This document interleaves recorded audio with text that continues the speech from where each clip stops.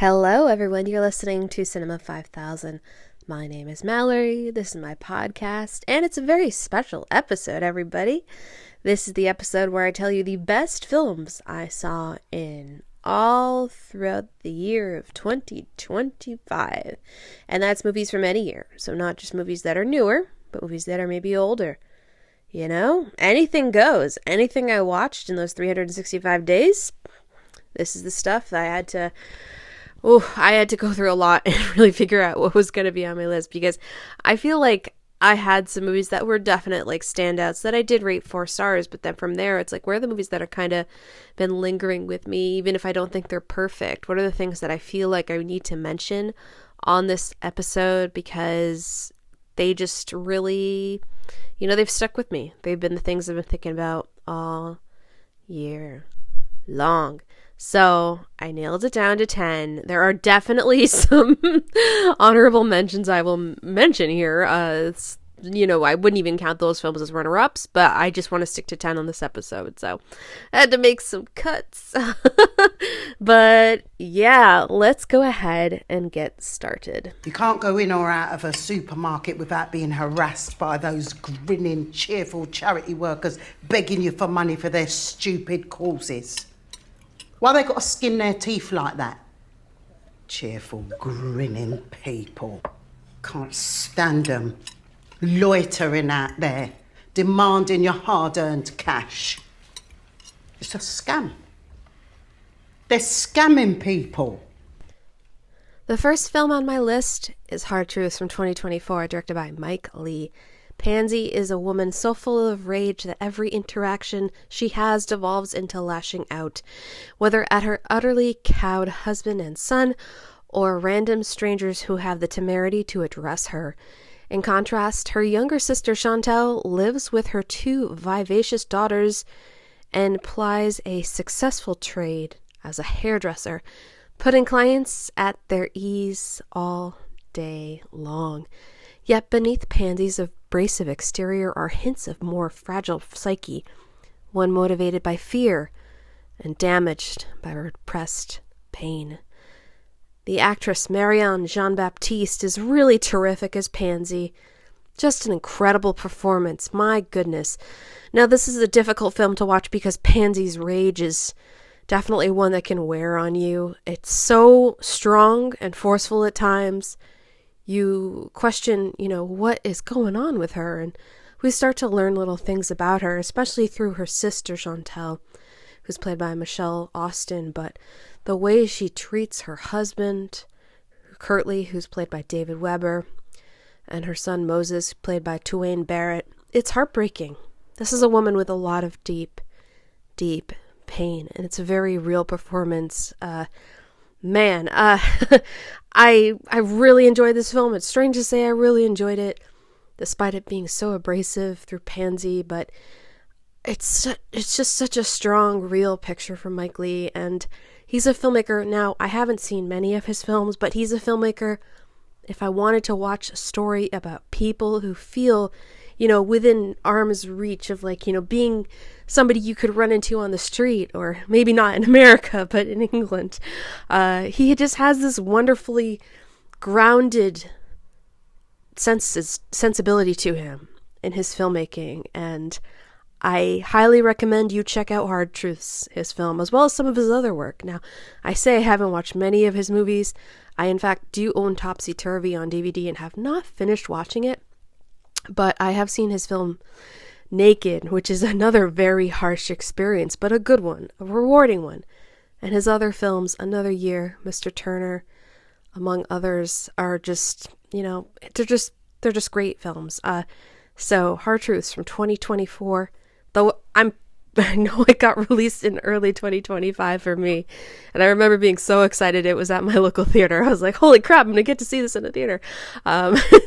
Yeah, I think it's a real mistake that someone like Marianne Jean-Baptiste was not on the tip of everyone's tongues for last year's Oscars, because she was just tremendous. One of the most memorable performances of the year, that's for sure.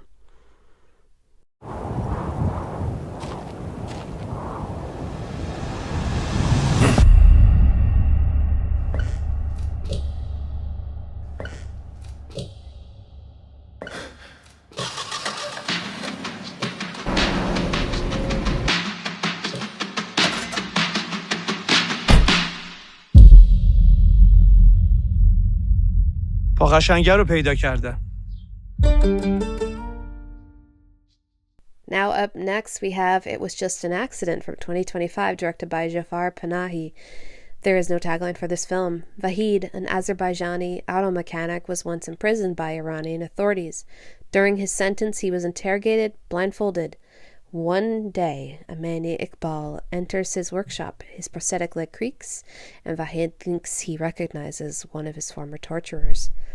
I really enjoyed this film. I found it to be very moving as we get to know these people, and the film starts out in a way that's very unassuming, but once things start to spiral with the interaction with Iqbal and how that affects Vahid and the people he meets along the way who he has to bring into the fold to let them know what has been happening. It's just such a wonderful, solid film. This is probably my favorite film of 2025 that I've seen so far for movies that were actually released in that year. And I'm so glad I mentioned this last time we talked about it.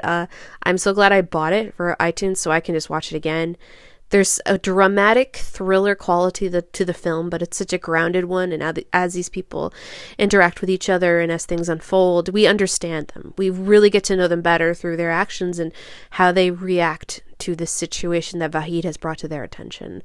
If you haven't seen it, I highly recommend it, of course. And I do expect it to be back in theaters very shortly because the Academy Award nominations are coming out, and I have to assume that it gets nominated and Neon goes ahead and says, okay, let's put it in theaters here and there. I was not lucky enough to see it in theaters. It only got a very limited run at one theater. That's not my regular theater, but if it comes back to my regular theater, I would love to watch this with an audience. I really would. I think it's such a great film. Yeah, probably my favorite film of the year, as I said, for 2025.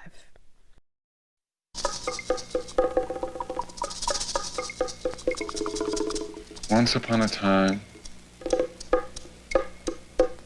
in a tropical island far away, there lived a strange woman.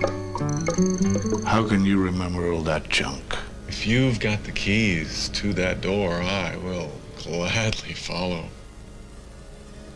Otherwise, I will escape in my own way. Then your life is as trivial as your movies.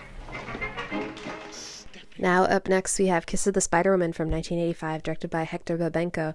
The tagline is, once upon a time in a tropical island far away, there lived a strange woman. The story of two radically different men thrown together in a Latin American prison cell. One is Valentin, a journalist being tortured for his political beliefs. The other is Molina, a gay window dresser who fills their lonely nights by spinning romantic fantasies drawn from memories of old movies. I saw this in preparation for the release of the musical version of this story that's based on the Broadway production of Kiss of the Spider-Woman, directed by Bill Condon, starring Tonatiuh and what's his name? Diego Luna.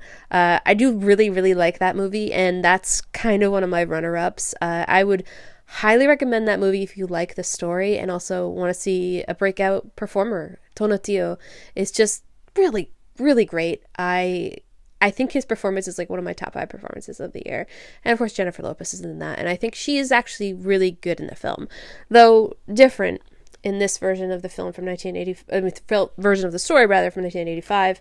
We have William Hurt, Raul Julia, and Sonia Braga as the Spider-Woman and the different characters she plays and the stories that Molina tells to Valentine. I just, as an adult drama film, I found this to be very haunting, really beautiful and troubling, and the vulnerability that these characters feel together.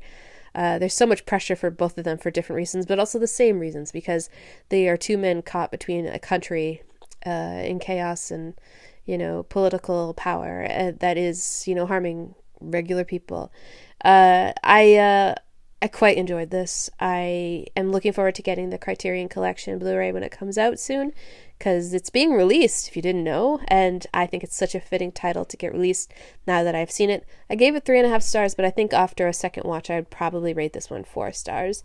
And yeah, the other version, the later, the 2025 musical one, check it out. Watch them both. I rated them both the same, but this one I think I prefer more, and I feel like you should check it out if you have not. It is available currently on the Criterion channel and also HBO Max. case you have that and you would like to stream it and give it a look.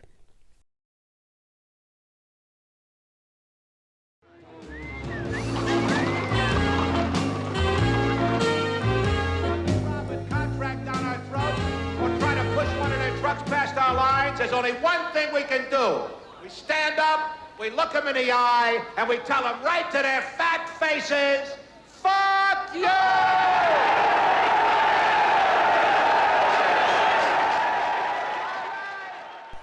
The next film I'm going to discuss is Last Exit to Brooklyn from 1989, directed by Uli Edel. This is adapted from the book by Herbert Selby Jr. The tagline is, "The novel that shocked the world is now a movie." A gallery of characters in Brooklyn in the 1950s are crushed by their surroundings themselves. A union strike leader discovers he is gay. A prostitute falls in love with one of her clients. A family cannot cope with the fact that their daughter is illegitimately pregnant. This stars actors like Stephen Lang, who you might know from the Avatar films, Jennifer Jason Leigh, Burt Young, Jerry Orbach, Alexis Arquette, Stephen Baldwin, Ricky Lake, and many others who are familiar faces. This is a very bleak and troubling film. I found it fascinating, though, and so captivating for me as a viewer. And yeah, this might be a bit harsh for some viewers and might find it triggering. I would check out the keywords of this picture on IMDb, because there's a lot of subject matter in this that is very difficult, and as it's portrayed on the screen, it's really not sanitized at all, and in some ways, the way this movie, it unfolds, it might feel a little bit dated in the content it's using and how it uses them, but this is the 1950s, this is New York, this is Brooklyn, this is a very dark world that definitely existed, and it's actually really kind of parallel to Marty Supreme, but that's a different picture entirely. This one, it really stuck with me. I would really love to watch this one again. It's right now on streaming on a bunch of other platforms, and for a while it was not, and then one day it showed up on Canopy, and I was like so excited because I have been wanting to see it for a very long time. It's something I discovered on, an old episode of Siskel and Ebert I was watching one day on YouTube, and they talked about it, and I was like, wow, how have I never really heard about that movie? And it might be forgotten to time, but I do know it recently got a reissue, like restoration release, I want to say in the UK, though it might be all regions, and I know it's kind of expensive, but I want to kind of get it. It's just a movie that, as dark as it might be, as depressing it might be for some audiences, it might be too much for you, but I was just all in on it. I had a tremendous time watching it. So Last Exit to Brooklyn from 1989, directed by Uli Edel. I gave this one 3.5 stars in first watching it, and I think I would probably give it 4 on my second watch, for sure, because it had so much to it. And this movie is so grand and big, and it takes place at a naval yard mostly in Brooklyn, and it was filmed in Germany, but it's huge. It looks, I think about movies, it kind of reminds me of Gangs of New York is one, just like a huge world of like a bygone era, many years ago, but the way this is made, it just feels so elaborate and expansive, and that really aids all the characters too. I would definitely recommend Last Exit to Brooklyn. Pierrette Bourgeois a été assassinée juste à côté de chez vous. Elle vivait seule, comme vous.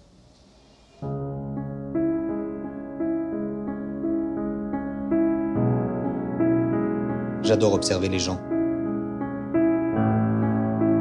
On a trouvé un dossier sur vous. 6 mois de prison pour attentat à la pudeur. Vous me regardez depuis longtemps? Oui, tous les soirs. The next film I'm going to talk to you about is Monsieur Here from 1989, directed by Patrice Leconte. There is no tagline for this motion picture. A French man spies on a lovely younger woman across the way. When he's spotted by the woman shortly after being questioned by the police about a local murder, the man's simple life becomes more complicated. This stars the late Michel Blanc as Monsieur Here. He has been looking at Alice, who's played by Sandrine Bonnaire. And in the neighborhood, Monsieur Here is not necessarily looked at as a very, very favorable person. People make fun of him. They think he's odd. And sure, he might be a little odd. He might be a bit quiet. But him and Alice, they interact. They meet. and they start to talk and they start to become friends, or maybe more than friends. There's a certain tension that is built between them, and it's like, oh, it's like definitely in the realm of like an erotic thriller. So if you're into something like that, like definitely. It's a dramatic thriller, not too crazy bonkers. Oh no, it's very grounded, and I really appreciated the way this was building, like the heat, you feel the things for it, and it's like, ooh, it's very mature and fun, a little bit seductive. And I had a great time with this. My biggest complaint, though, is that it is too short. It is only 79 minutes long. If this movie was like a couple hours long, I would have been in heaven. There was just something so sharp about this motion picture and how it was edited, and the way that the scripting, wove its way through these people, and the performance is just really solid. Great pairing of Michelle Blanc and Sandrine Bonnaire. You mess up the casting on that and these people, and they're not believable. Like, she might be too how do you say it? She might be too out of the range of like someone you believe to be intrigued by the character Michelle Blanc is playing. And nope, not a false note here. It works so well, and it's dramatic in that way that it doesn't feel like real life. It is a motion picture, but I definitely recommend Monsieur Here from 1989, directed by Patrice Lecomte. As I said, give this one 3.5 stars, and I watched it on Canopy, but I found out about this movie some years ago from an old episode of Siskel and Ebert. They were talking about it, and Roger Ebert was in love with it, and I was like, okay, well, I gotta see this movie at some point. And then it popped up as like being available on Canopy, and I was like, yes, okay, let's give this one a shot. But it is too short. It is only 79 minutes long. For you long movie haters, this is up your alley for sure. But yeah, it's fun. Ooh, it's fun. All right.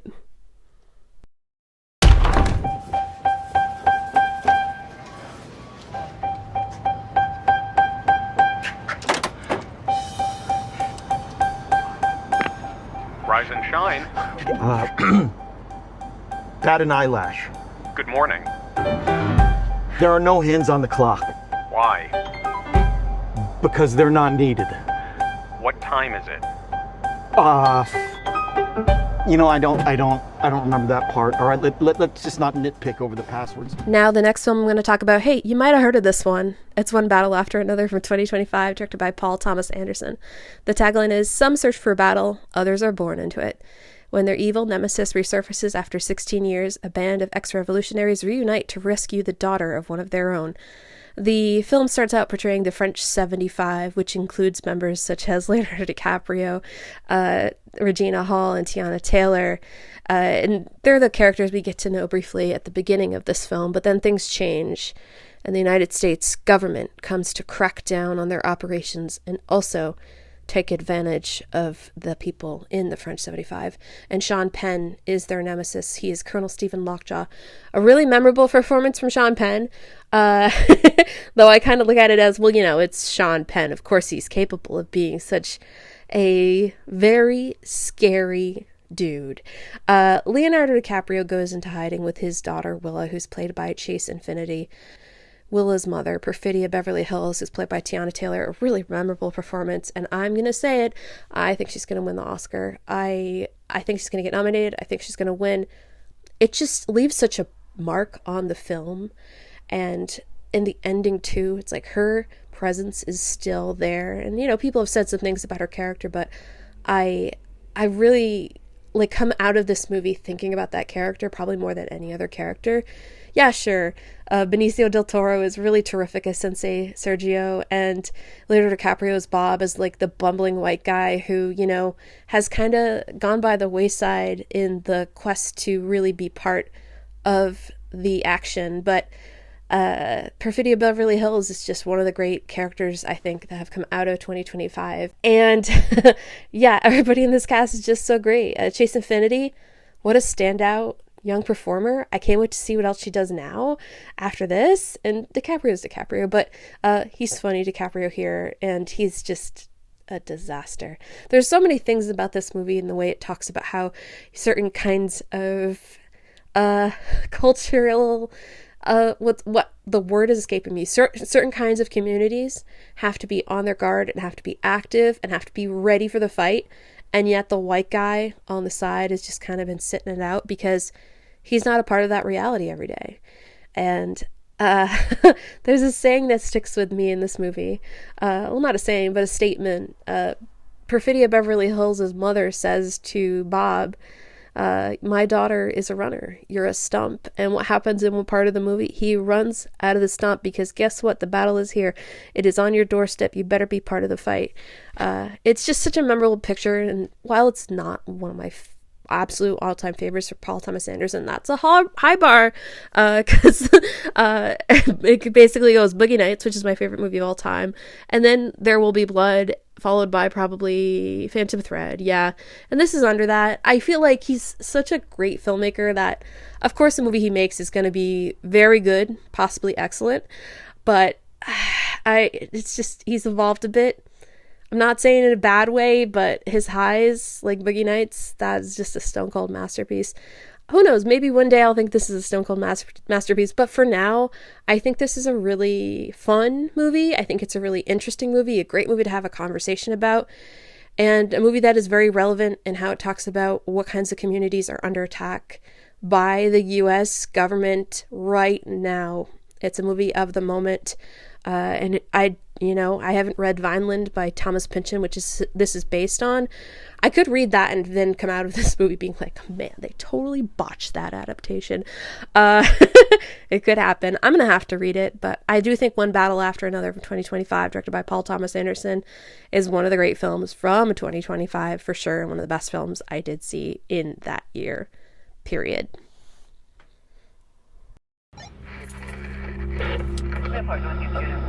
911 was the address of the emergency. Are you having problems with the neighbor's children? Hello, Sheriff's Office. Were any of you guys ever here messing with this lady? No. We were playing football.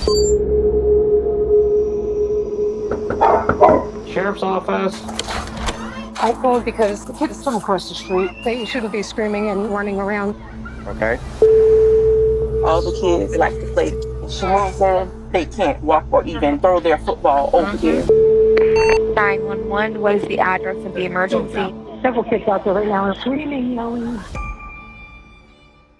The next film I'm going to talk about was something I saw in early 2025 via the Sundance Film Festival and their online streaming program. It's The Perfect Neighbor, which is directed by Geeta Gandbir. This is now available on Netflix if you want to watch it. The film has no tagline. Police body cam footage reveals how a long-running neighborhood dispute turned fatal in this documentary about fear, prejudice, and stand your ground laws. This film documents the escalating police calls in one neighborhood that keep happening. One white woman calling the cops continuously on her young neighbors, young kids who were just playing and doing kid things. And eventually this woman kills her own neighbor, G.K. Owens. It's a tragedy. It's so tragic, and this kind of stuff happens all the time in America. This movie being shown through police body cam footage exclusively is really compelling, and it's heartbreaking. It's such a tragedy, and this woman should not have died. I rated this movie 4 stars, and it feels weird to rate something 4 stars that is just body cam footage, but there's also the editing process and how I felt after watching it.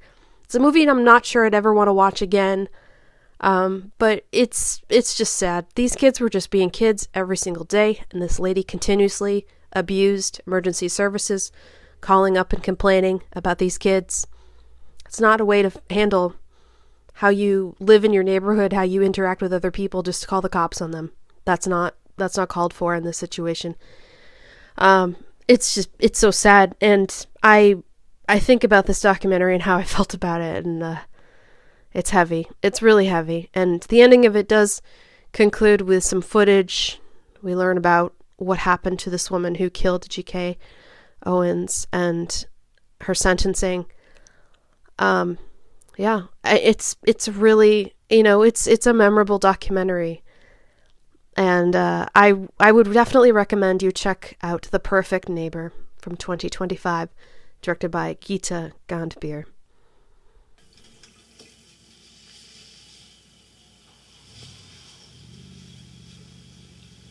Who are you? What do you want? You just get out of here right now. I'm gonna call the police. So you got a name? My husband will be home any second. Oh.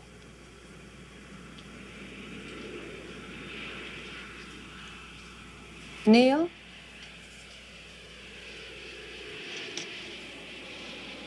This for you? Barbara? How do you know my name? How do you know Neil? How do you know my name? How do you know Neil? Butterfly? Pop the tomato spent 12 years cleaning up the mess. And now we have the film Remember My Name from 1978, directed by Alan Rudolph. The tagline is, "Everyone knows a woman is fragile and helpless. Everyone is wrong." Just released from prison, a young woman arrives in town to, quote, start a new life, unquote. But soon after stalking a married construction worker for no apparent reason, turning his life inside out and eventually terrorizing him and his wife. Geraldine Chaplin plays Emily, the woman in question. And she seems like a pretty standard, kind of average lady. It's the 70s. She wants to maybe get a job, live her life, but she's gotten out of prison. Why has she gotten out of prison? And we slowly learn that she is stalking her ex-husband, Neil, who's played by Anthony Perkins. Neil has a partner as well, Barbara, who's played by Barry Berenson. And the way that Emily handles herself in life, she feels like a rubber band that is so tightly pulled that any second she could snap and somebody could get hurt. It is a fascinating performance from Geraldine Chaplin. Really tremendous film. I didn't give it 4 stars, but the more I think about it, I'm like, yeah, I watched that again. I could probably rate that 4 stars. And it turns out it just got added to Tubi. I swear a couple days ago it was nowhere. But I don't know what else to say without spoiling it. It is definitely a thriller, a very dramatic thriller, a very tense film. It might put you on edge. It might disturb you, but I gotta say, you gotta watch this movie. It is 95 minutes long. It's not a huge investment. But Geraldine Chaplin, oh, you'll remember her name after this film. And in case you didn't know, Geraldine Chaplin, she is the mother of Una Chaplin, who played Varang in Avatar: Fire and Ash. They're good actors, both of them. And for Alan Rudolph, I started to watch a couple of his films. Well, including Remember My Name. I watched Choose Me. I had started to watch Welcome to LA at one point, but I didn't have enough time to finish it. I'll have to watch that in full at a different time. That also has Geraldine Chaplin. But Choose Me from Alan Rudolph from 1984. That's another one I'm going to mention here that I would recommend in conjunction with Remember My Name. I didn't love that one as much as Remember My Name, but it just came on the Criterion Collection, so I had to buy it on Blu-ray because I quite enjoyed it. People who are just all searching for love in all the wrong places, and that's a fun film. But Remember My Name from 1978, I would highly recommend you check that one out. And you could even watch it with Monsieur Hire. That would be a good double feature for seductive thrillers. Ooh. Essa é a pessoa. Eu quero buraco na boca. O teu caso é o que eu mais quero resolver. Tem matador me procurando? É isso que você tá dizendo? Tem.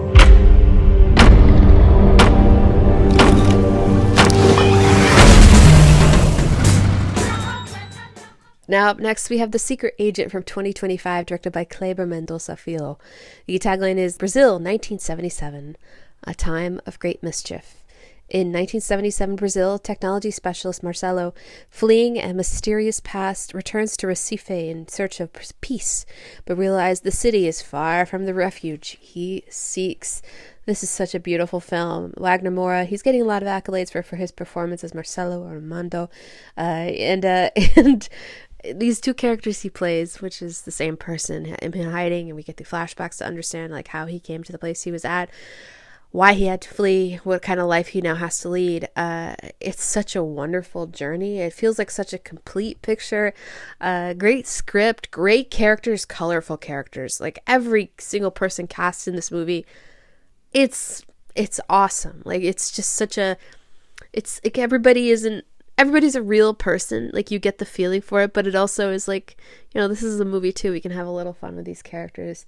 It's a vibrant, haunting film about people in hiding and the many things that are going on in this time. And man, I don't want to spoil it, but I would highly recommend you watch The Secret Agent. I gave this one 3.5. I'd love to see it again. I hope it comes back to the theater. I hope it gets nominated for Best Picture.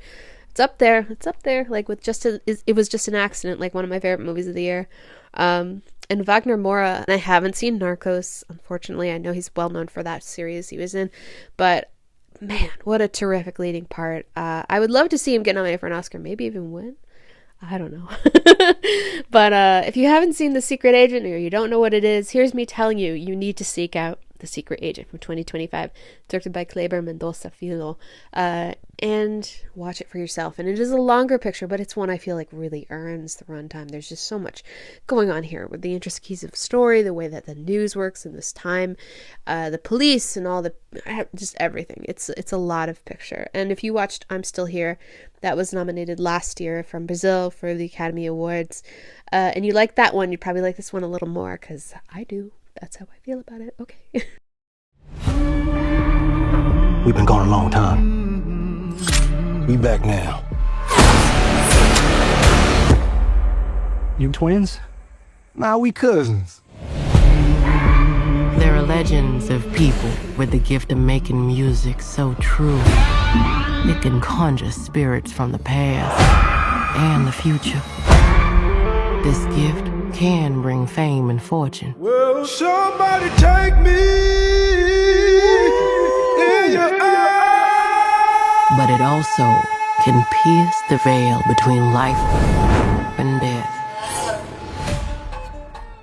And the final film that I recommend from my 10 favorite films I saw all year in 2025. It's Sinners from 2025, directed by Ryan Coogler. The tagline is Dance with the Devil. Trying to leave their troubled lives behind, twin brothers return to their hometown to start again, only to discover that an even greater evil is waiting to welcome them back. Lots of layers to this picture. I mean, it's been out almost a year now at this point, so you may be already familiar with it, but in case you don't know, Michael B. Jordan plays Smoke. And stacked. This movie has a stacked cast too. Haley Steinfeld, newcomer Miles Caton, who is tremendous, got nominated for a SAG Award. Good for you, Miles Caton. I hope you keep working in the film industry, because you're not only a great singer-performer, you're a good actor as well. So tremendous. Like, he fits so well in this cast, which also includes Jack O'Connell, Wunmi Musaku, hope she gets nominated in a couple days, Omar Benson Miller, Delroy Lindo, among others. It's the whole package. Like, every part of this movie feels so finely crafted. Like, there's a purpose in every single moment, and there's new things you see every time you see it too. I've seen it twice, and like both times I had like different experiences. First time I saw it was like a 10 a.m. showing in an IMAX theater, sold out on like opening weekend in Boston. The second time I saw it was like a couple months later, in theater 70mm presentation. There was a lot of people there for like an afternoon showing too. Really cool. Ryan Coogler, once again, absolutely dominating as a creative force, and the cast he brings with him, the crew he brings with him, I gotta imagine working with him is just tremendous. Can't wait to see what he does next. Especially since Sinners is like all his own. When those trailers first came out for it, I was kind of like, I don't know what this is. I was like, it's a vampire thing. But the movie, as it unfolds, it's such a journey. It's so enveloping, and this movie can work for anybody. Truly, if you have not seen this movie, do yourself a favor and watch Sinners. And yes, there's some vampire stuff, but that's not what the movie's all about, you know? Great work from everybody. I am so eager to see if Funmi Musaku gets nominated for an Academy Award, like I mentioned before. Michael B. Jordan, he'll probably be nominated. This should be up for a bunch of awards. I'm glad it made it, because it's been, it's not every day that movies that are older, like in releases, like this was like an early spring release, they can make it to the following year. But this was a very successful film. It's one that audiences love. I'm a big fan as well, obviously. And for years to come, I'm pretty sure I'll be watching Sinners. So, like I said, if you haven't seen Sinners, what are you doing? Watch Sinners. It's a great picture, a great motion picture.